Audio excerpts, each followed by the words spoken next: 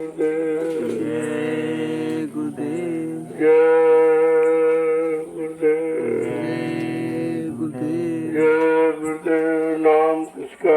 प्रभु का जय गुरुदेव। नाम किसका? प्रभु का जय गुरुदेव। नाम किसका? प्रभु का प्रभु का प्यारा नाम। जय गुरुदेव। रात्रि परमार्थी श्रमदान सेवा करने वाले सभी सत्संगी प्रेमी जन ध्यान से सुना। ये सेवा सर्वोपरि सेवा है। जितने सेवाएं आज तक अपने जीवन में की है वो स्वार्थी सेवा थी।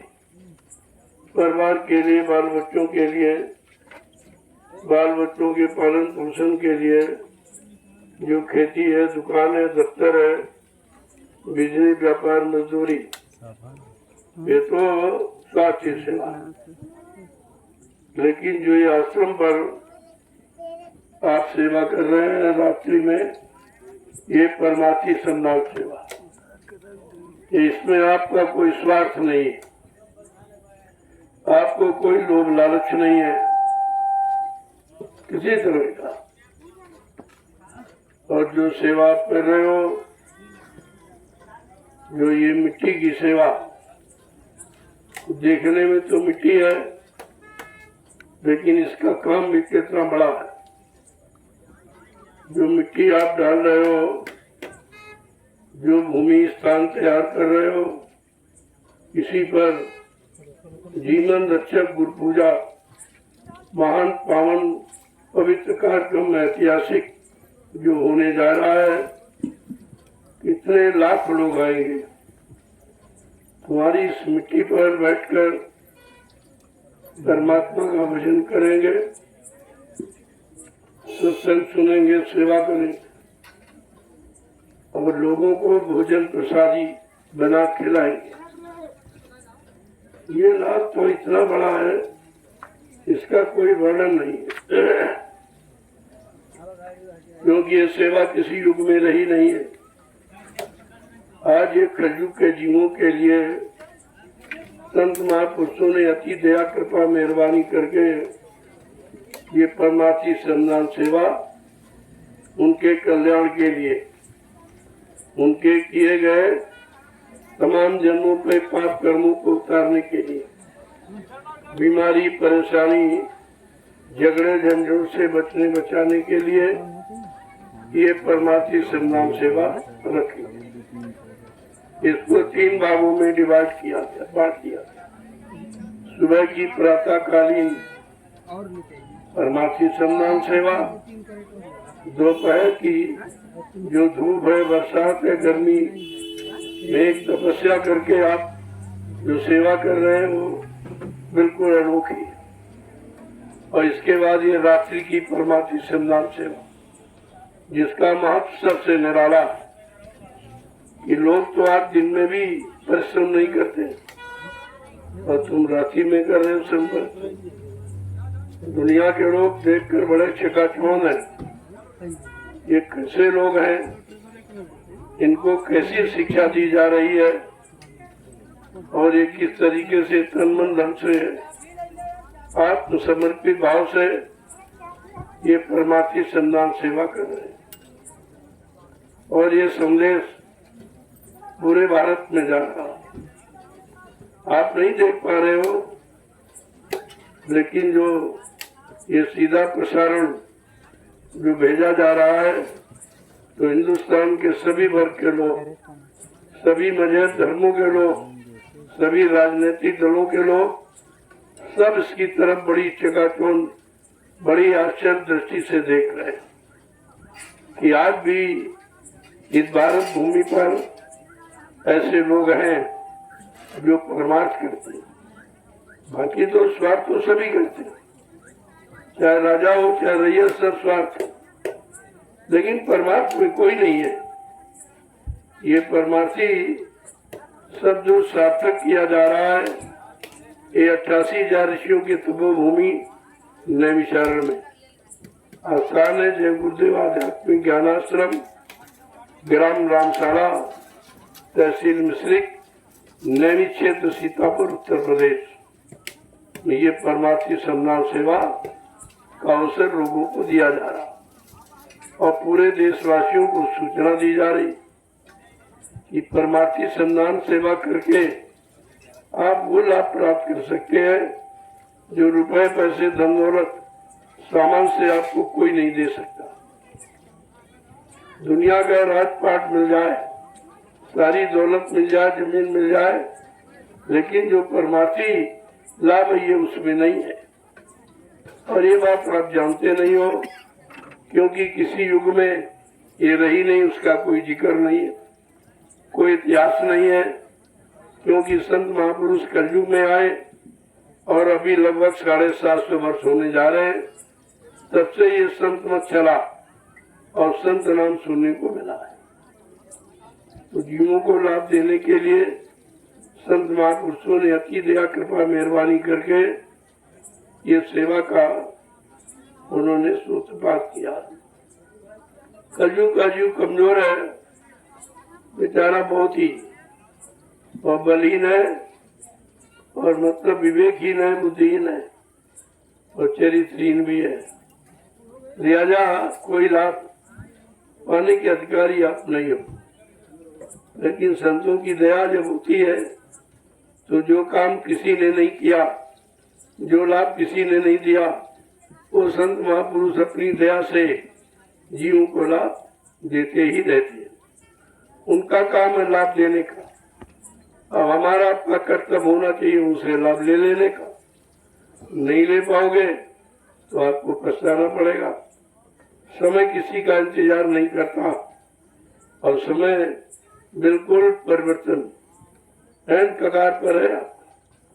अब ज्यादा समय नहीं है कलयुग के जाने में और सतयुग के आने में।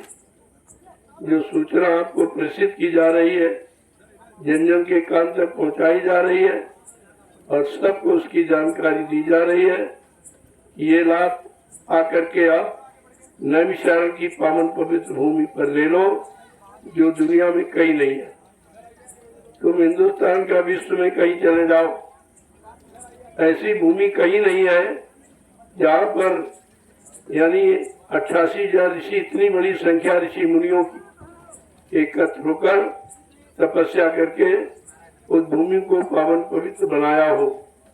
ये केवल विश्व में अनोखी भूमि है नैमिषारण्य, जिसके बारे में संत गोस्वामी जी महाराज को रामचरितमानस के उत्तरकांड में लिख के सबको बताना पड़ा ताकि कोई चूके ना, इस जमीन भूमि के लाभ से वंचित न रह जाए।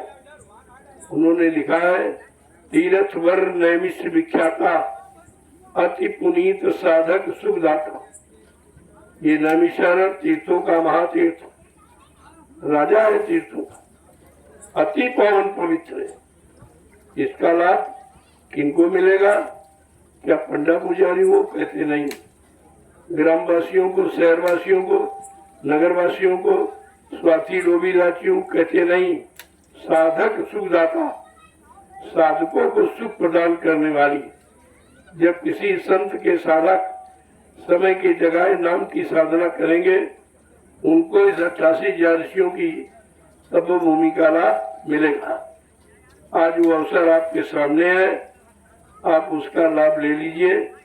बात ये मत कहना हमें किसी ने बताया नहीं। मैं 12 वर्ष से लगातार यही संदेश दे रहा हूँ, इसी भूमि का परिचय दे रहा हूँ, इसी भूमि जो परमार्थ कार्य हो रहा वो बता रहा हूँ। सबके जनहित, समाजित और धर्महित जो काम हो रहा वो सब जानकारी आपको दे रहा हूँ। बाकी हिंदुस्तान में कहीं नहीं। चाहे राजनीतिक दलों को देख लो, चाहे धार्मिक लोगों को देख लो, ये लाभ किसी के पास नहीं है, ना उन्होंने कभी किया है, ना आपसे करा के लाभ आपको दे सकते हैं।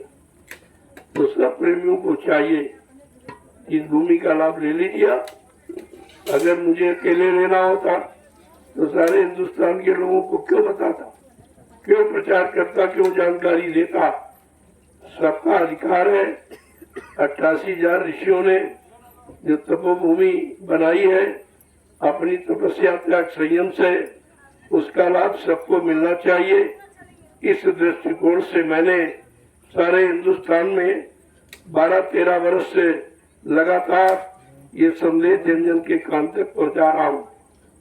और मेरा कोई उद्देश्य न राज का, न पाठ का, न धन, न दौलत, न सामान, न सम्मान, सबको इस भूमि का लाभ मिले, मैं ये चाहता हूँ। इसलिए मैंने उस बात को लोगों के कानों तक पहुँचाया। अब आप सुने न सुने, माने न माने, ये आपका काम है। मेरा काम बताने का, याद कराने का, वो मैंने कर दिया है। अब मैं भी कुछ दिनों के लिए चुप हो रहा हूँ।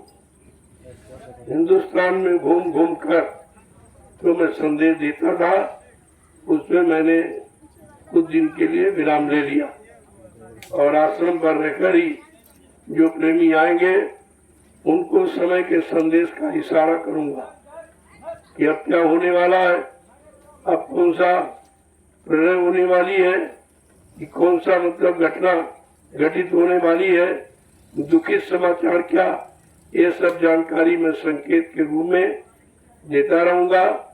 ये जो मैंने 3 आश्रमों का निर्माण किया है, जय गुरुदेव आध्यात्मिक गुरुद्वारा सदगुरु धाम नैमिषारण सीतापुर उत्तर प्रदेश, पहला आश्रम। दूसरा आश्रम है जहाँ से संदेश प्रसारित हो रहा है, जय गुरुदेव आध्यात्मिक ज्ञानाश्रम, ग्राम रामशाला, तहसील मिश्रिक, नैमिष क्षेत्र सीतापुर उत्तर प्रदेश। और तीसरा आश्रम है दयाल आश्रम जो हरदोई की भूमि पर पड़ता है। यही यानी मतलब गोमती नदी के उस पार हरदोई, इस पार सीतापुर है, तो इस पार भी आश्रम, उस पार भी आश्रम। जो वो आश्रम बना है वो यहाँ से लगभग 12-13 किलोमीटर पर है। ग्राम जमुनिया और हरदोई में आश्रम का निर्माण हुआ है। ये 3 आश्रम जनहित, जन कल्याण के लिए, समाज के कल्याण के लिए, लोगों के हित और कल्याण के लिए इन आश्रमों का निर्माण हुआ और सबको लाभ दिया जाए। अब आप न लें, न सुने समझे तो आप जाने, आपका काम जाने, लेकिन मैं किसी को कहने के लिए नहीं रखूंगा कि हमको भाई किसी ने बताया नहीं, हमको किसी ने समझाया नहीं, हमको जानकारी किसी ने दी नहीं। तो मैं 12 वर्ष पूरे हो गए, लगातार 13वां लग गया है, मैं लगातार ये संदेश सबके कान तक पहुंचा रहा हूँ और उसके बदले में कुछ नहीं ले रहा। कोई भी स्वार्थ की बात नहीं, न हमको आपका धन चाहिए, न आपका कोई सामान चाहिए, न आपसे कोई सम्मान चाहिए। हमको तुम्हारी जरूरत है। लोगों को, चाहे वो राजनीतिक हो, चाहे धार्मिक हो, लोगों को तुम्हारे धन की, तुम्हारे मान सम्मान, सामान की आवश्यकता है और हमको तुम्हारी आवश्यकता है। हमारे उनमें इतना फर्क है, ये अंतर है। हमको तो तुम्हारी जरूरत है, हमको तुम्हारे पैसे धन सामान की जरूरत नहीं है। जो आप श्रद्धा सेवा भाव बस देते हैं वो मैं यहीं पर लगा रहा हूँ, आपके लिए भूमि ले रहा हूँ ताकि आप आकर बैठ करके भूमि पर तपस्वियों का लाभ ले लो। 88,000 ऋषियों ने तपस्या की, उसका लाभ ले लो आप। इसलिए मैं इस भूमि को आपके सेवा, आपकी गाड़ी कमाई से खरीद रहा हूँ ताकि आपको इस भूमि का लाभ मिल जाए। ये सब चीजें जानकारी में आपको रखनी चाहिए। आगे का समय बहुत खराब है, इतना खराब है कि मुश्किल से रोटी का टुकड़ा आपको मिलेगा। वो समय खराब है। उस खराब समय से बचाने के लिए मैंने आपसे प्रार्थना की है, सारे देश के लोगों से, हिंदू, मुसलमान, सिख, ईसाइयों से, ब्राह्मण, क्षेत्रीय में सर्जन, गरीब, अमीर, स्त्री, पुरुष, बच्चे, सबसे प्रार्थना की है कि अगर उस गाड़ी मुसीबत से आप बचना चाहते हो तो हमारी प्रार्थना स्वीकार करो, आप लोग शाकाहारी हो जाइए। शाकाहारी का मतलब जो परमात्मा खुदा ने तुम्हारे लिए जो भोजन बनाया वो भोजन का प्रयोग करें, आपको मना नहीं है। आप मतलब यानी रोटी है, सब्जी है, दालें है, फल है, फ्रूट है, मेवा है, घी है, दूध है, आपको मना नहीं है। लेकिन अशुद्ध आहार कर अपनी बुद्धि को खराब मत करो। तो बुद्धि अच्छे काम में निर्णय ले ले, अच्छे कर्म करो, अच्छा फल मिले आपको, आप परिवार बाल बच्चों सहित खुशहाल हो जाए। हमारी तो ये इच्छा है और यही हमारी आपसे प्रार्थना है। नहीं मानोगे तो तुम जानो, तुम्हारा काम जाने। इसलिए मेरा जो कर्तव्य है वो मैं आपके साथ कर रहा हूँ, लगातार करता हूँ, जबकि इस समय मेरा स्वास्थ्य ठीक नहीं है। मैंने 12 वर्ष बहुत मेहनत की है, देश में घूम घूम कर, न रात देखी न नींद देखा, न भोजन देखा न आराम नींद देखी, और लोगों को जगाने में मैंने बहुत मेहनत किया। इससे शरीर थक गया है, कमजोर हो गया है। अब मैं इसको कुछ आराम देना चाहता हूँ कि थोड़ा सा आराम देकर सुस्त हो जाए, दुरुस्त हो जाए, तो आपका काम करेगा। वैसे शरीर तो काम के लिए है, पर मेहनत के कारण साधु धरा शरीर, साधु संत महात्मा परमार्थ समाज देशी थी मानव तन धारण करते हैं। वो और किसी काम के लिए, कोई राजा बनना, कोई धनीमानी होना, यानी इसका ही काम के लिए नहीं आते। और लिखा है साधु से हुए न कारजानी, साधु संत महात्माओं से किसी का कभी नुकसान नहीं हो सकता। आप भले उनके बच्चों को न समझ पाओ, उनकी योजनाओं को आप न जान पाओ, उनकी भूमिका व्यवस्था को आप न समझ पाओ, वो बात अलग है, लेकिन किसी का नुकसान नहीं होता। वो नुकसान करने नहीं आए, वो आपको लाभ देने आए। और जितना लाभ लेना चाहो आप ले लीजिए, मैं कोई इनकार नहीं करता। और आप देख रहे हो, जो मैं जमीन लेता हूँ मोल लेता हूँ, दान वान नहीं लेता हूँ। ये दान पान भिखारीपन का ये काम हमारे गुरु ने हमें सिखाया नहीं है। उन्होंने कर्म करना, मेहनत करना, परिश्रम करना, ईमानदारी और चरित्रवान रहकर आप सेवा करो, फल आपको मिलेगा। ये गुरु का उपदेश है।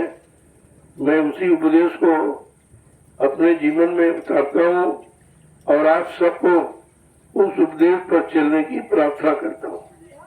अब आप न करें तो आगे कुदरत है तैयार खड़ी, आगे मुसीबत बड़ी बड़ी। कुदरत तैयार खड़ी बिल्कुल, तुमको जजमेंट देने के लिए बुरे कर्मों की सजा, गंदे खान पान की सजा, लुटेरियों की हिंसा, हत्या करने की सजा, और मतलब यानी चरित्रता, अपवित्रता जो आपने की उसको सजा देने के लिए कुदरत तैयार खड़ी। अब वो तैयार हो गई है। अभी तो संत महात्मा रोके थे, आपके सिर पर उनका बरधर्ष था जिससे आप बचे थे। तुम समझते थे मैं नहीं बचे। अब उन्होंने अपना हाथ हटा लिया। जब आपने उनकी बात नहीं मानी, न शाकाहारी बनने के लिए तैयार हुए, न सदाचारी बनने के लिए, न पतिव्रत धर्म को निभाने के लिए जब आप नहीं तैयार हुए, तो उन्होंने अपना बरधर्ष तुम्हारे सिर पर से हटा लिया। अब कुदरत क्या करेगी, चाहे पिछले इतिहास से समझ लो और चाहे वर्तमान के संदेश से समझ लो, समझना तो आपको पड़ेगा ही, आज नहीं तो कल। अभी तो महात्मा समझाते हैं, आपको हर यानी कष्टों से बचाना चाहते हैं, लेकिन कल उन्होंने अगर हाथ हटा लिया तो आपको बचाने वाला कोई यहाँ मिलेगा नहीं। फिर आप क्या करेंगे? जब जीवन नहीं रहेगा तो सामान क्या करेंगे, जमीन क्या करेगी, मकान क्या करेंगे, बाल बच्चे पत्नी रिश्ते नाते क्या करेंगे? जब तुम्हारा शरीर ही नहीं रहेगा, शरीर रहते अपना काम बना लो, ये आपकी बुद्धिमानी है।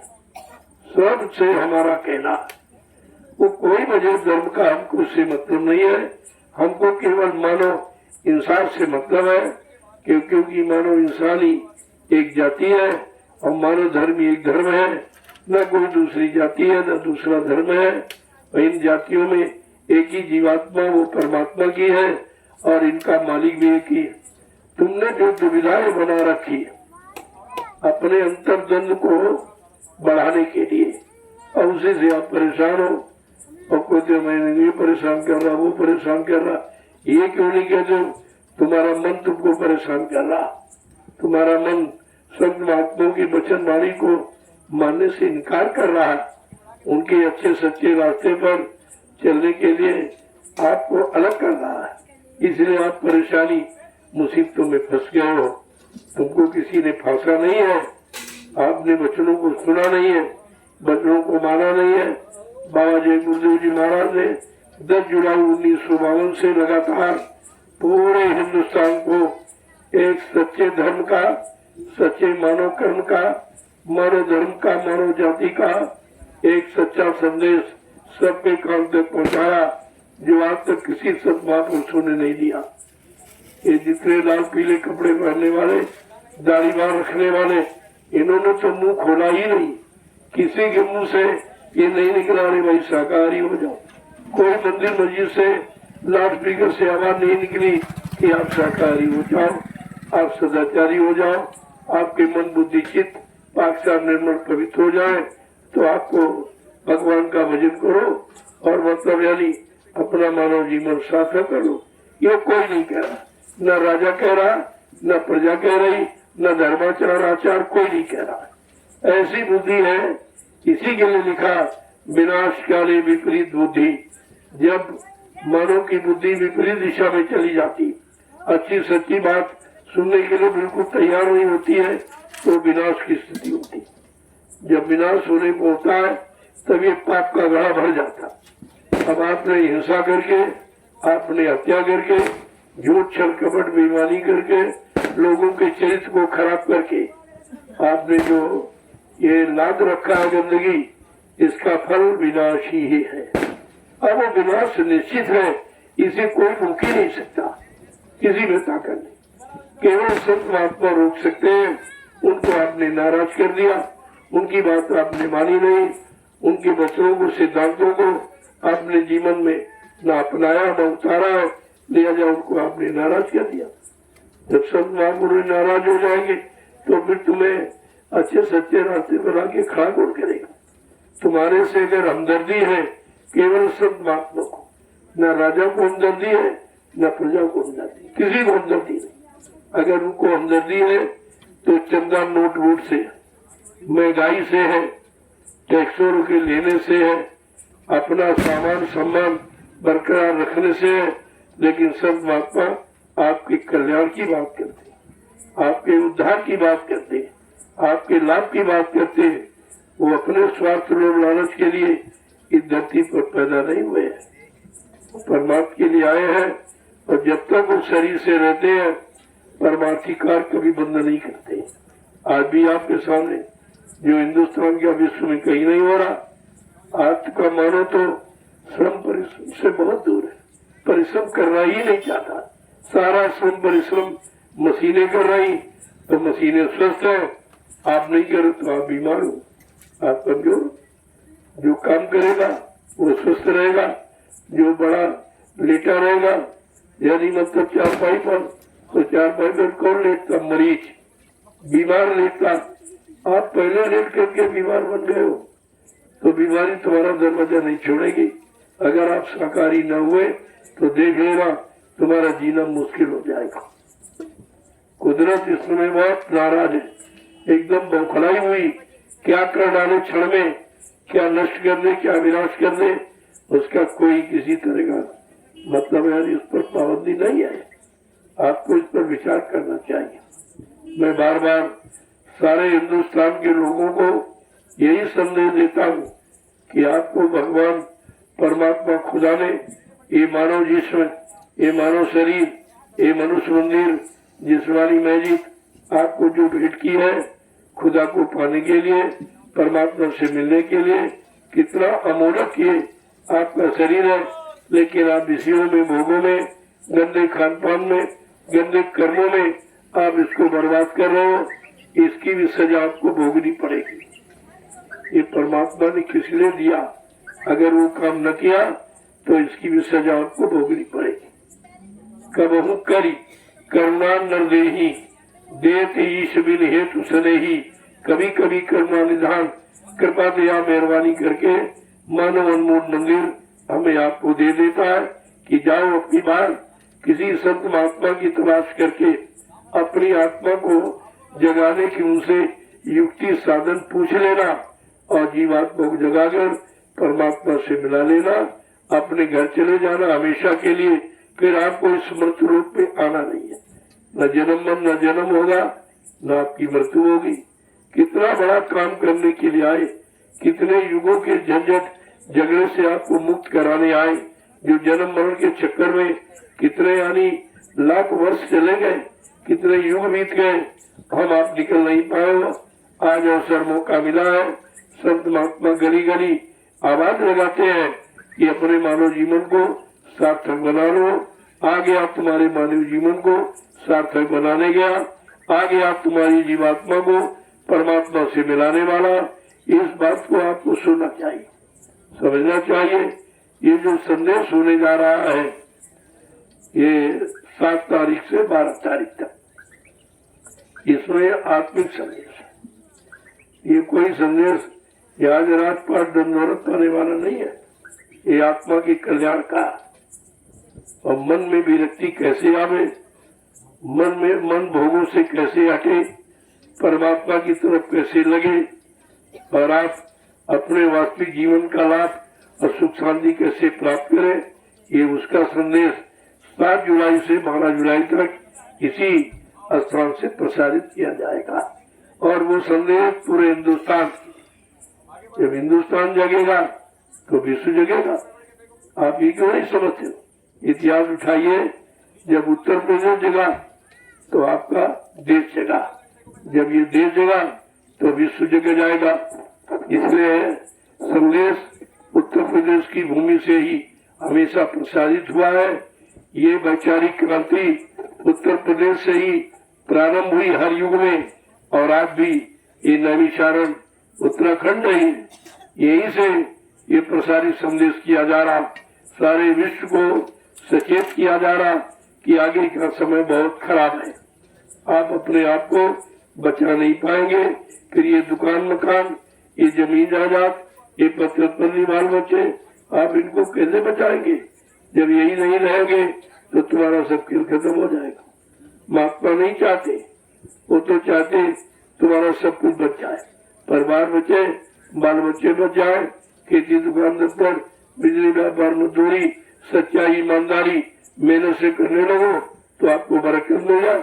और घर गृहस्थी परिवार में सुबह शाम आत्मा से परमात्मा का भजन करो, ये भजन का रास्ता है। पूजा पाठ तो शरीर के लिए और भजन आत्मा के लिए, दोनों में अंतर है। शरीर तो जला दिया जाएगा, बेटा खुद के कर दोगे आप, जीवात्मा जाएगी तो भजन आपके साथ जाएगा, क्योंकि जीवात्मा भजन करती है, वही भजन कर सकती है, दूसरा कोई करेगा नहीं। जो भजन करेगा वो अपने घर जाएगा, जो पूजा पाठ करेगा बार बार इसी जन्म मरण के चक्कर में आता जाता रहेगा। दोनों रास्ते आपके लिए सामने खुले हैं। अब आपको ये तय करना है कि हमें बार बार आना है कि हमको अपने घर जाना है। इस बात को समझ लो तो आसान हो जाएगा आपको। जय गुरुदेव, जय गुरुदेव, जय गुरुदेव, जय गुरुदेव, जोर से बोलो, जय गुरुदेव, सब मिल बोलो, जय गुरुदेव, बोलना होगा, जय गुरुदेव, अभी से बोलो, जय गुरुदेव, दुख दर्द हरेंगे, जय गुरुदेव, सब कष्ट मिटेंगे, जय गुरुदेव, सुख शांति भी देंगे, जय गुरुदेव, सबके दाता, जय गुरुदेव, सबके मालिक, जय गुरुदेव, प्रेम से बोले, जय गुरुदेव। ये नाम नहीं इंसान का, ये नाम है प्रभु का, ये काम नहीं इंसान का, ये काम है प्रभु का, ये किसी ने नहीं कहा। न तो हरि नाम ने सज्जु में कहा, न राम नाम में त्रेता में कहा, न कृष्ण राम ने द्वापर में ऐसा वादा किया। ये जय गुरुदेव प्रभु राम का, ये प्रभु का वादा है कि जिन जन को सुख शांति मिलेगी, सबको न्याय सुरक्षा रोजी रोटी मिलेगी, सब लोग शाकाहारी हो जाओ, अपने अपने मानव धर्म पर आ जाओ, अपने अपनी मतलब यानी त्याग तपस्या जो कलयुग की है सच्चाई ईमानदारी से रहना, इसराइली गहनी में आ जाइए तो आपका काम पूरा हो जाएगा। आपको करना ही क्या, कलयुग में जब संत महापुरुष कराने वाले आ गए तो आपको उनके पीछे चलना है, उनकी शरण को मजबूती से विश्वास के साथ पकड़ना है, उनके एक एक वचनों का आधार बनाकर अपने जीवन को चलाना है। केवल इतना ही तो काम आपको करना है और ये भी आप नहीं कर पा रहे। तो इसलिए ये रात्रि परमार्थी संग्राम सेवा जो आप कर रहे हो ये विश्व में कोई नहीं करता। मैं हिंदुस्तान की बात नहीं करता, सारे विश्व में कोई नहीं करता, कोई जानता ही नहीं है ये सेवा क्या। यहाँ के लोग भी नहीं जानते, अब गाँव वाले ये देख रहे लेकिन जानते थोड़ी क्या है। ये कितने, ये सारे हिंदुस्तान के प्रांत जिलों से आए हुए लोग हैं, ये ऐसे ऐसे लोग तुमको खरीद लेंगे। ये कोई गरीब गरीब नहीं है, लेकिन ये जो आदेश का पालन करने आए हैं ये अपने गरुड़ गुमान घमंड को घर में छोड़ के आए, यहाँ तो सेवा करने के सेवक बन के आए हैं, इसलिए इनको आप पहचान नहीं सकते हो। और पहचानने की जरूरत है, इनका काम देखो आप और तुम भी काम करने लगो, तुमको भी यही लाभ मिल जाए। ये बड़े गरीब थे, खिचड़े मोटे कपड़े पहन के आए थे, आज सब गाड़ियों में चल रहे हैं। ये है परमार्थी सेवा का लाभ, तभी ये दौड़े आ रहे हैं।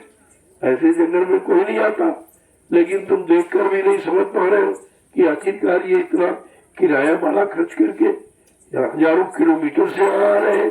बात तो कोई जरूर है, यहाँ दो आदमी तुम इकट्ठे नहीं कर सकते, तुम्हारे परिवार के लोग संगठित नहीं है, भाई इतना बड़ा संगठन पूरे हिंदुस्तान का आज इस जंगल में आ गया, तो कुछ तो आपको बुद्धि लगा के समझना चाहिए, लेकिन नहीं समझ पा रहे हो क्योंकि बुद्धि आपकी खराब हो गई। गंदा खान पान करके, गंदे कर्म करके आपने बुद्धि में जो परीक्षण का यंत्र है वो परीक्षण करने की शक्ति आपने खत्म कर दी है। इसलिए आपकी समझ में नहीं आ रहा कि देख कर भी आप नहीं समझ पा रहे हो, संदेश सुनकर भी आप नहीं जान पा रहे हो, तो इससे बड़ा दुर्भाग्यशाली कौन होगा।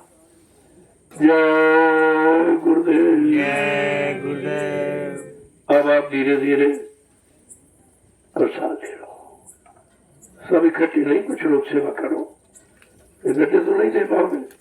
अब बेकार यहाँ खड़े रहोगे तब तक, आगे जितनी डेलियां डाली उतनी माला हो जाएंगे आपको। सुमरन तो आपका हो ही रहा, सुमरन तो आपका साथ में हो ही रहा। ये दो लाभ है, परमार्थी संदान सेवा का लाभ के पिछले जो जन्म देकर तमाम पाप कर्म आपने किए वो भी आपके उतर जाएंगे और शरीर को लाभ मिल जाएगा। और तीसरा लाभ है कि आपको परमार्थी लाभ मिल जाएगा। ये तीन लाभ इस सेवा से, एक तरह का नहीं। और तुम एक भी लाभ नहीं समझ पा रहे, अब सोचो तुम्हारी बुद्धि कैसी है। तीन लाभ जहाँ बांटे जा रहा हूँ, मुफ्त में दिए जा रहा हूँ, तुम एक भी लाभ नहीं ले पा रहे हो, तो समझ लो तुम्हारी बुद्धि कितनी खराब है। जय गुरुदेव, जय गुरुदेव। अब धीरे धीरे आप चलिए और जो आपने परमार्थी संदान सेवा की है उसका लाभ प्रसाद के रूप में ले लीजिए। प्रसाद भी हिंदुस्तान में कोई नहीं देता, कहीं चले जाओ कोई नहीं देता, क्योंकि प्रसाद बनाना सबके बस की बात नहीं। यही तो सच्चाई का परिचय है। अगर तुम सच्चे हो तो प्रसाद बना के क्यों नहीं दे देते हो? तो ये क्या कहते हैं, प्रसाद खरीद के ले आओ। अरे प्रसाद खरीदा नहीं जाता, प्रसाद बनाया जाता। बनाता कौन है? जिसने अपने सद्गुरु को उनके आदेश हुक्म का पालन करके, उनके वचनों पर चलकर उनमें विश्वास जगता मजबूती बना करके अपने सद्गुरु को खुश कर लिया। वो अपने सद्गुरु की दुआ दया को किसी वस्तु में प्रवेश करके जीवों को लाभ दे सकता, वो लाभ देता, वो आशीर्वाद देता, वो वरदान देता है, वो प्रसाद डलाता है। ये तो आप जानते ही नहीं हो। जब तुम जानते नहीं, जो जैसा कहते वही मान लेते। ये अज्ञानता इसीलिए है कि आपने जानकारी नहीं दी। संत महापुरुषों की शरण में जाकर जानकारी ले लेते तो आप जानकार हो जाते और अपने जीवन का मार्गदर्शन बिल्कुल सही करते, सही दिशा की तरफ चलते। तो ये सब चीजें समझनी चाहिए। अब धीरे धीरे आप चलो, जो सेवा करते हो करते रहे, बाकी जो बैठ गए थक गए हैं, आप आकर के प्रसाद ले लीजिए। लाइन में आइए आप। दूसरी बात देखो, मैं आपको प्रणाम करता हूँ। हिंदुस्तान का विश्व में कोई आपको प्रणाम नहीं करेगा। तुम्हें कहीं पत्थर को प्रणाम, और कहीं पानी को, कहीं कागज कैलेंडर को, कहीं तीरथ मूर्त को। इनको प्रणाम नहीं, इनको छुआ जाता हाथ से। ये जड़ है और हाथ भी आपके जड़ है, तो जड़ शरीर से इनको छुआ जाता है। और प्रणाम चेतन है जो जीवात्मा से किया जाता है। इसलिए मैं प्रणाम करता हूँ, आप भी प्रणाम करिए। और ये प्रणाम जीवात्मा से जीवात्मा को प्रणाम किया जाता है। शरीर को, जाति को, रंग रूप को, धन दौलत को, पढ़ाई लिखाई को प्रणाम नहीं किया जाता। ये प्रणाम है जीवात्मा जीवात्मा को नमन करती है कि चलो हम तुम एक ही मालिक के हैं, एक ही दरबार के हैं, सब लोग यहाँ से निकलो और अपने घर चलो। प्रार्थना तो ये है, प्रणाम तो इस बात का है। अभी तक आप नहीं समझ पाए, मैं 12 वर्ष से लगातार करके बता रहा हूँ। जब मंच पर आता हूँ तब हाथ जोड़ के आपको प्रणाम करता हूँ, जब उठता हूँ तब भी प्रणाम करता हूँ, जब आपका दर्शन करता हूँ तब भी प्रणाम करता हूँ, आपको प्रसाद देता हूँ तब भी प्रणाम करता हूँ। लेकिन तुम प्रणाम का प्रणाम अभी तक समझ नहीं पाए। प्रणाम का प्रणाम आशीर्वाद होता है। आपको आशीर्वाद चाहिए, कितनी दूर कहीं चले जाओ, अगर आप सच्चे हृदय से, आत्मिक भाव से प्रणाम करते हो तो आपको दया वही मिलेगी, वही पहुंच जाएगी। वो कहीं इंतजार नहीं करना, वो आपके पास पहुंच जाएगा। दया वही है जहाँ लोग यानी आदेश का पालन करते हैं, वहाँ दया। ये दिखावट बनावट सजावट में दया नहीं है। मैं बार बार आपसे कहता हूँ, एकदम सादगी में आ जाओ। बिल्कुल जैसे आप जब पैदा होते कोई कपड़े पहन के पैदा हुए कि जेवर पहन के, बिल्कुल नंगे आए थे। कोई कपड़ा नहीं था, कोई सामान नहीं था, कोई रिश्ता नाता नहीं था, कोई जमीन जायदाद दुकान मकान लेकर हम आप नहीं पैदा हुए, अकेले नंगे पैदा हुए।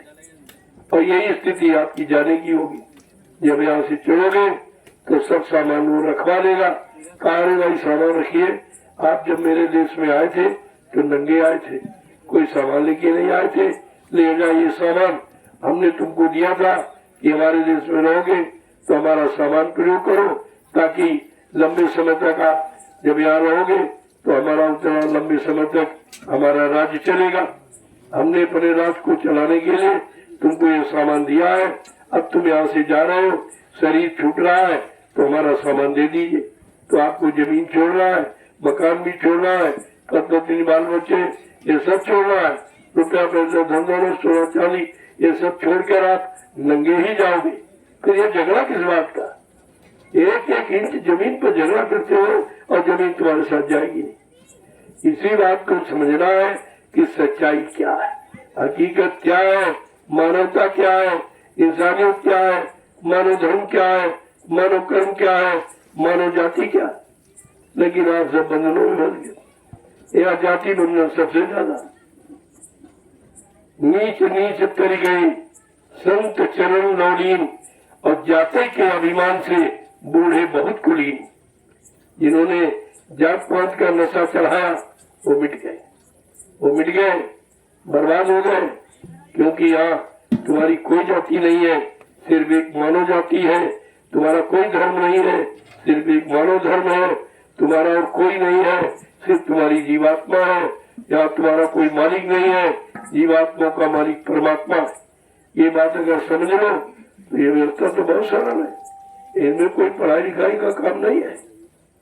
जय गुरुदेव, जय गुरुदेव, जय गुरुदेव। गुरुदेव। जय गुरुदेव। जय गुरुदेव। नाम किसका? प्रभु का। प्रभु का प्यारा नाम। जय गुरुदेव। अब सत्संग का समय नजदीक आ रहा, कल का दिन बाकी रहेगा। 7 तारीख से जीवन रक्षक गुरु पूजा महान पावन पवित्र कार्यक्रम ऐतिहासिक जो होने जा रहा है वो 7 तारीख से प्रारंभ होगा और 12 तारीख से 6 दिन लगातार आपको दिव्य अलौकिक संदेश जो आपने कभी सुना नहीं होगा वो आपको सुनने को मिलेगा।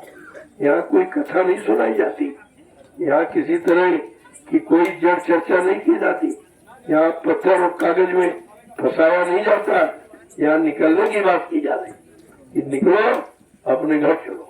जय गुरुदेव। जय गुरुदेव। देखो सफाई का विशेष ध्यान रखो, बहुत बड़ी भीड़ आ रही है। हमारी प्रार्थना है इस प्रांगण को आप बिल्कुल साफ रखें। मैंने तुम्हारे लिए दुकान की व्यवस्था बना दी, वो बाजार आपका स्थल बना हुआ, आप लगा लीजिएगा। मैं तो कोई किराए से मांगता नहीं, कोई बिजली पानी का पैसा आपसे मांगता नहीं, कोई रोटी का खर्चा भी आपसे नहीं मांगता। जब मैंने आपकी निःशुल्क व्यवस्था की तो अपनी व्यवस्था में आप रहिए। और ये प्रांगण है सत्संग स्थल, यहाँ कोई दुकान है, कोई किसी तरह का आप कार्य नहीं करेंगे। ये संदेश प्रसारण केंद्र है, यहाँ संदेश प्रसारित किया जाएगा, आप उसको सुनिए और समझिए। आप बाकी सांसारिक काम तो कभी छूटेंगे नहीं। उनके लिए मैंने बाजार बना दी, बाजार में आप लगा लीजिए दुकान। उधर भंडारे पास में है, भोजन आप पास में आप पा जाओगे। मैं तो किसी को रोकता नहीं कि भाई भोजन आप नहीं करें, सब के लिए इतने भंडारे आएंगे। अगर आसपास के सारे गांव आ जाए तो किसी को कोई ऐसा नहीं जिसको रोटी नहीं। इतनी व्यवस्था है, छोटी मोटी व्यवस्था नहीं है। आप इसको पहले देखिए। तो इस सत्संग स्थल को बिल्कुल साफ सुथरा रखो।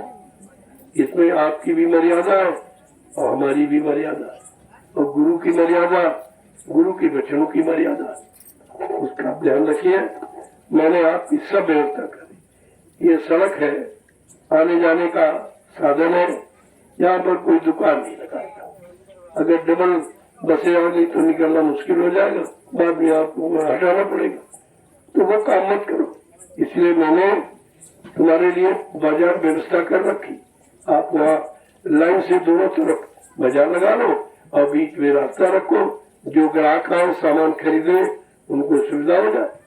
जब मैं व्यवस्था दे रहा हूँ तो आप ये झंझट की बातें क्यों करते हो? कोई फायदा आपको मिलेगा नहीं और उठना आपको पड़ेगा। ये सत्संग स्थल है, सत्संग स्थल का परमिशन है, ऐसा नहीं है। अभी पुलिस कर्मचारी आ जाएंगे, आपको भगा देंगे, आपका अपमान हो जाएगा। मैं नहीं चाहता किसी का अपमान हो। मैं तो सम्मानित दृष्टि से आपको पहले से कह रहा हूँ। और सफाई का विशेष ध्यान रखिएगा। मैंने लैट्रिन दिशा मैदान के पुरुषों की अलग और मैंने महिलाओं की अलग, वो गड्ढे खुदे मिलेंगे आपको। आप उसमें जाओ, दिशा मैदान हो, और पैर से मिट्टी खिसका दो, आपको कुछ करना नहीं। जब यहाँ से जाओगे गड्ढा अपने आप बराबर हो जाएगा। कहीं प्रदूषण नहीं, कहीं गंदगी नहीं, और 1 पैसे का खर्चा नहीं। ये सफाई का अनोखा अभियान है। आगे चलकर सारे देश के लोग तुम्हारे सफाई अभियान को याद करेंगे। ऐसा नहीं है इस तरह का। इसीलिए मैंने खुरपी के लिए बहुत पहले से आपसे कहा कि अपने झोले में खुरपी का औजार भी है, आपकी रक्षा भी कर सकता है। फल खाना फल काट लो, सब्जी काटना सब्जी काट के, मतलब यानी 4 गड्ढे खोदो, 4 डंडे गाड़ कर अपना मोजामा काट लो, तुम्हारा मकान बन गया। अरे 4-5 दिन के लिए अपनी व्यवस्था में रहना सीखो, ये भी एक तपस्या है। इस जंगल में आए हो तो तपस्या करके कुछ पालो। मैंने इसीलिए आपसे कहा भाई 4 मीटर मोजामा ओढ़ने का, 4 मीटर बिछाने का अपने झोले में रखो। कहीं जाओ फट से अपना प्राण नियम रुक गए। कितनी बढ़िया व्यवस्था। ये स्वयं स्वावलंबी बनने की व्यवस्था है। जो कहा स्वयं स्वावलंबी बनो और अपना थाली लोटा रखो। पहले कितना विचार था, किसी के थाली लोटे में कोई भोजन नहीं करता, पानी नहीं पीता था, थाली भोजन करता। ये पता नहीं कैसा इसका खान पान हो, कैसी कमाई इसकी हो। इसलिए अपना सब कहीं जाते थे नाते रिश्तेदारी, अपना लोटा थाली झोले में रखते थे, अपने पात्र में भोजन करते थे। भोजन का भजन से बड़ा गहरा संबंध है। आप भोजन पर विचार नहीं करो कभी तुम्हारा भजन नहीं बनता। अब तुम शिकायत करते हो कि हमारा भजन नहीं बनता, हमारा ध्यान नहीं बनता, हमारा सुमरन नहीं, तो क्यों नहीं बनता? आप बनने वाला काम नहीं करते। इसलिए अपने झोले में थाली लोटा गिलास बराबर रखो। कहीं पानी बिना फट से लोटा निकाला और स्वच्छ जल अपना देकर लिया आपने। तो कितनी बढ़िया व्यवस्था है स्वयं स्वावलंबी बनने की, ये चीज। तो ये सब जो आप कितने पहले से, मैं कितने वर्षों से बराबर आपको संकेत कर रहा हूँ कि आप अपनी व्यवस्था में रहना सीखो। पराधीन सपने सुख नहीं। दूसरे के अधीन रहकर किसी व्यक्ति को स्वप्न में भी आराम शांति लाभ नहीं मिलता, लेकिन आप समझ नहीं रहे। तब मुझे ये लागू करना पड़ा कि आप आओ, आने के लिए मना नहीं, अपनी व्यवस्था में स्वयं बनाओ खाओ और लोगों को खिलाओ। तुमने बहुत भंडारों में कर्जा लादा भोजन करके अब भोजन बनाओ और 2-4 लोगों को और खिलाओ, तो धीरे धीरे तुम्हारा कर्जा भंडारे के भोजन का यानी अदा होगा। हम सब प्रकार से तुम्हारी मदद करना चाहते, लेकिन तुम्हारी बात ही नहीं समझते। और हमारे संदेश में कोई तुम्हारा खर्चा नहीं, 2 पैसे का कोई खर्चा नहीं है, बिल्कुल मुफ्त है एकदम। तो अच्छी बात है, जो अच्छे बन जाओ।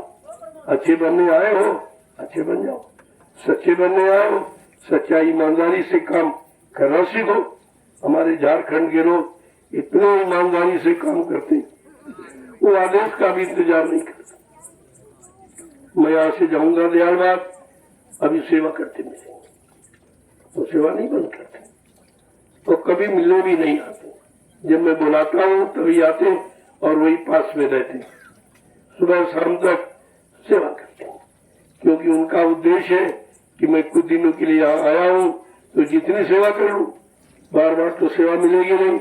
और हम गरीब है, रोज आ नहीं सकते, इतना किराया भाड़े के लिए पैसा नहीं हमारे पास, तो बड़े कर्मठ ढंग से इतना मतलब रहने लगे।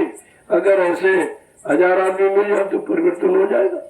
भीड़ की जरूरत नहीं है, ये भीड़ भाड़ में परिवर्तन नहीं होता है। परिवर्तन होगा मुट्ठी भर लोगों से, मुट्ठी भर लोगों से परिवर्तन होगा। हमेशा हुआ। जब राम ने परिवर्तन किया तो किसी क्षत्रिय ने उनका साथ दिया था? किसी ने दिया। किसी अच्छे धनीमानी ने, किसी राजा ने उनका साथ दिया था? नहीं दिया। तब उनको मजबूर होकर जंगल में कोल बिल बंदरों को इकट्ठा कर लिया और परिवर्तन हो गया। आप परिवर्तन के इतिहास क्यों नहीं पढ़ते? और द्वापर का परिवर्तन कृष्ण भगवान ने सबसे कहा, भाई धर्म में अच्छे काम में सहयोग करो, तुम्हारा लाभ है, तुम्हारा कल्याण हो जाएगा। सब विरोध करते थे, ना विरोध करते थे। जब उन्होंने कहा, अरे भाई यदुवंशियों, मैं तुम्हारी जात बिरादरी में आया हूँ, चलो जात बिरादरी के नाते मेरी बात मान लो। तो यदुवंशी क्या कहते, अरे जा जात का ग्वाला, गाय चराने वाला, मक्खन का चोर, तेरी बात मानूंगा। ऐसे कटु शब्द अपशब्द शब्दों का प्रयोग किया। बेचारे कृष्ण लाचार हो गए, मजबूर हो गए, तो उनको 18 दिन का एक नाटक की लीला करनी पड़ी और 56 करोड़ का सभाया हो चले गए झटके में। अहंकार सब चूर हो गया। इतिहास है आपका, आज कलयुग का इतिहास बनने जा रहा। इसमें पहले से आपको सचेत करता हूँ, पिछले इतिहासों को पढ़ लो और तुम उस विनाशकारी स्थिति में न जाने पाओ। मैं इसीलिए आपसे बार बार प्रार्थना करके कहता हूँ, अपना बचाव कर लो, अपने जीवन का बचाव कर लो, अपने परिवार बाल बच्चों को बचा लो, अपना सामान घर गृहस्थी सब तुम्हारा बच जाए। महात्मा तो हर तरफ से बचाने का प्रयास करते, लेकिन जब तुम की बात सुनते ही नहीं हो, मानते ही नहीं हो, तो विनाश तो निश्चित है, फिर कोई रोक नहीं पाएगा।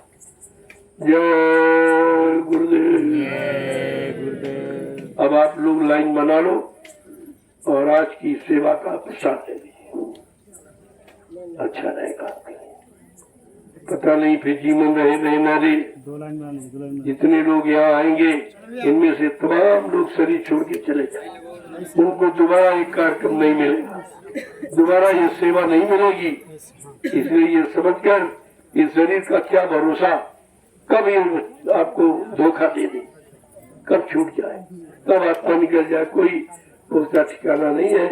इसलिए अभी समय है, रहते रहते अपना काम बना लीजिए आप, ये आपकी बुद्धिमानी है।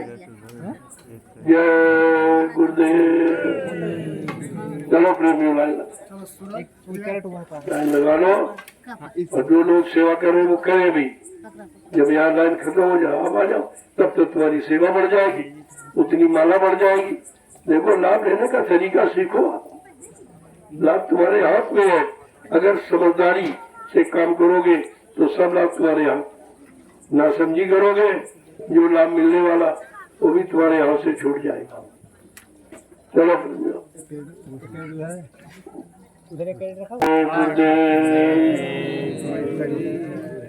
जय गुरुदेव। देखो ये है सत्संग स्थान, यहाँ कोई आवास नहीं बनाओगे, यहाँ कोई दुकान नहीं बनाओगे। मैंने आवास दुकान की व्यवस्था उधर कर रखी। जितने भंडारे आएंगे उन भंडारों में हर जिले की व्यवस्था, हर जिले के लिए भोजन है। आपकी सब तो व्यवस्था बनी है, फिर ये झंझट में क्यों पड़ती है? इसको सत्संग रहने दो। वैसे ये आगे भविष्य में मालिक की दया हुई तो ये आपका महाविद्यालय का प्रांगण होगा, महाविद्यालय का प्रांगण। ये सब व्यवस्थाएं बदल जाएगी, ये सब बाउंड्रियां हो जाएंगी, तो आपको आना मुश्किल हो जाएगा। इसलिए पहले सीख लो, अपनी व्यवस्था कर लो। अभी मैं आपकी व्यवस्था कर रहा हूँ जमीन देकर, फिर आपको ये भी नहीं मिलेगा, फिर आप कहाँ जाएंगे? अभी आप समझ नहीं रहे हो। तो ये प्रांगण है, आज तो सत्संग स्थल का मैदान, कल ये भविष्य में महाविद्यालय का प्रांगण होगा। इसलिए पहले से आप इसको बड़ा साफ सुथरा रखिए। आप तो आपके बाल बच्चे ही स्कूल कॉलेज में पढ़ेंगे, उनकी व्यवस्था मैं बना रहा हूँ। और तुम यही नहीं समझ पा रहे भाई, तुम्हारे बाल बच्चे नाती पोते तो पढ़ेंगे इसमें, और कहाँ के लोग आएंगे? मैं तुम्हारे लिए, तुम्हारे बाल बच्चे नाते पोतों के लिए व्यवस्था बना रहा हूँ, और तुम समझी नहीं पा रहे हो कि किसके लोग। मैं क्या करूँगा? मेरा तो कोई पढ़ने का समय नहीं, मेरे तो कोई नाती पोते शादी ब्याह है जो मतलब मैं उनके लिए बना रहा हूँ। ये सब तुम्हारे लिए, इन्हीं ग्रामवासियों के लिए मैं व्यवस्था कर रहा हूँ। और ग्रामवासी बेचारे अंधकार में बैठे हैं, न इनको दिखाई दे रहा न इनको सुनाई दे रहा। कि आखिरकार जमीन तो उठा के बाबा नहीं ले जाएगा, और जो कर देगा वो तुम्हारे काम आएगा। तो जमीन तो कहीं नहीं चली जाएगी, लेकिन बेचारे समझ नहीं पा रहे। अब समझदारी क्यों नहीं? तो खान पान खराब हो गया, खान पान खराब हो गया, बुद्धि खराब हो गई, बुद्धि खराब हुई, आपका सोच खराब हो गई, और सोच खराब हुई तो कर्म खराब हो गई, और कर्म खराब हुए तो गरीबी आ गई, परेशानी आ गई, बीमारी आ गई। ये सब इसीलिए आया। तभी तो सबका एक मूल सिद्धांत है शाकाहार। अगर शाकाहारी हो जाओ, बीमारियों से बच जाओगे, कोई बीमारी नहीं आएगी, कोई परेशानी, कोई झगड़ा नहीं, कोई दुर्घटना नहीं, कोई अकाल मौत में नहीं मरेगा। केवल शाकाहारी बनने में इतना बड़ा लाभ है, आप समझ नहीं पा रहे हो। किस लिए कि तुम्हारा पाप का घड़ा भर गया, आपको महात्माओं की बात समझ में नहीं आ रही। लेकिन महात्मा तो बचाने का प्रयास करेंगे, और आप नहीं बचना चाहते हो, वही तुम जानो, तुम्हारा काम जानो। हमारा जो काम है मैं आपके साथ कर रहा हूँ, और निस्वार्थ कर रहा हूँ, उसके लिए आपसे कुछ मांगता नहीं, फिर भी आप नहीं समझ पा रहे हो। जय गुरुदेव। अब आप लाइन लगा लो, एक पुरुषों की महिला। ये मर्यादा हमेशा कही जाओ, मर्यादा को मत भूलो। जो गृहस्थी परिवार की मर्यादाएं हैं, महिलाओं की, पुरुषों की, ये अलग अलग व्यवस्था है। तो उसी में आप रहिए और काम करिए, सब व्यवस्था आपकी ठीक हो जाएगी। चलो आप लोग जय गुरुदेव।